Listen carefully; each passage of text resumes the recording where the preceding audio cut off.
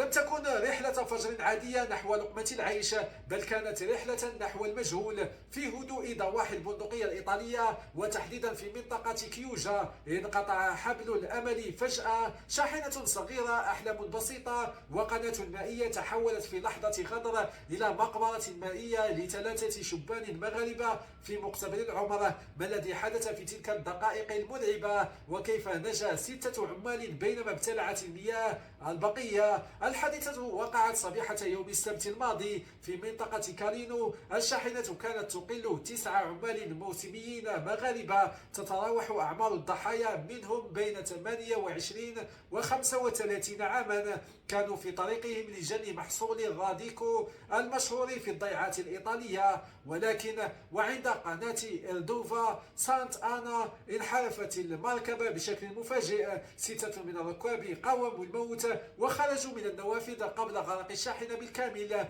في معجزة حقيقية. لكن ال3 الآخرين ظلوا محاصرين داخل هيكل الحديد تحت أمطار من المياه الباردة، لتتحول صرخات النجاة إلى صمت جنائزي هز الجالية المغربية في إيطاليا وخارجها. السلطات الإيطالية استنفرت فرق الإطفاء والغطاسين المتخصصين من البندقية، والذين استعانوا برافعات ضخمة لانتشال الشاحنة من قاع القناة. والآن تتركز التحقيقات الأمنية حول سبب فقدان السائق للسيطرة. هل هو الإرهاق أم عطب تقني مفاجئ أم ضيق الطريق الذي سلكته هذه الشاحنات يوميا؟ هذه الفاجعة تعيد إلى الواجهة ملف العمال الموسميين في أوروبا والظروف التي يواجهونها يوميا في سبيل تأمين حياة كريمة لعائلتهم في أرض الوطن، حيث تحولت لقمة العيش المخمسة بالعرق إلى دمعة في عين كل مغربي. شكرا للمتابعة،